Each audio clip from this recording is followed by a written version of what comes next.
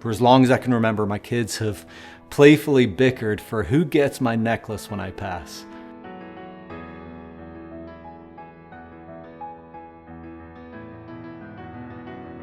So I've worn a charm necklace my entire adult life.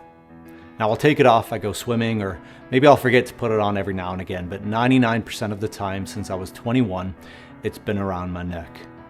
That's almost 30 years now.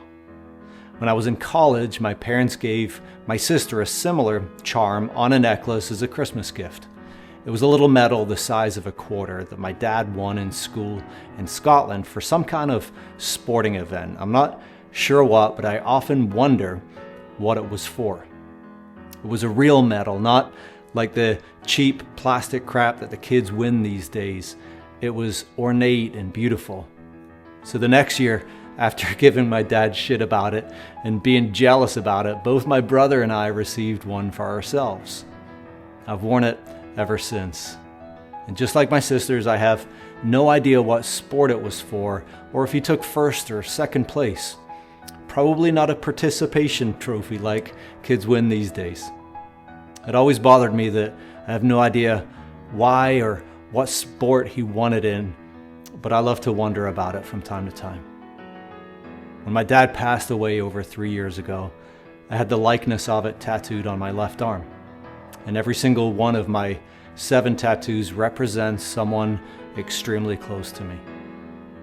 For as long as I can remember, my kids have playfully bickered for who gets my necklace when I pass. They love it as much as I do. Now it's all light-hearted debates, but McKenna, my daughter, was the first one to ask, so she's the one that it goes to, and my son wasn't a fan of that decision. So about a year ago, I started having some health issues, and it really made me start thinking about my own mortality. We all want to leave some kind of legacy and hopefully an inheritance to our kids, but I love that I have this little physical object worth pretty much nothing to anyone else, but it's something just for me to remember my dad by. So the fact that I agreed to leave it to McKenna made me want the same for my son.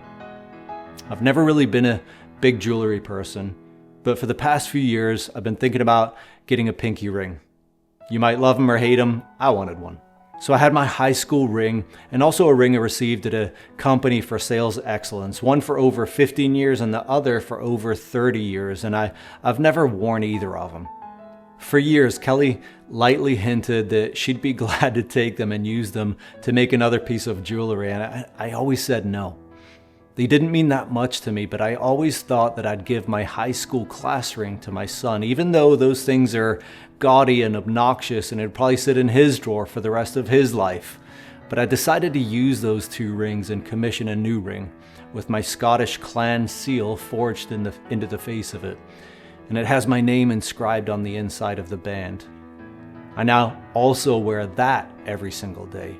Well, we were just with both of our kids and just hanging out in the kitchen. I took both my ring and my necklace off and put one in my right hand and the other in my left hand and extended to each of my kids.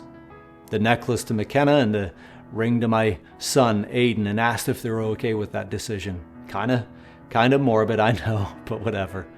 They both agreed, but here's the kicker. McKenna's not a very patient person. She told me that she didn't want to wait for that morbid moment. I get it.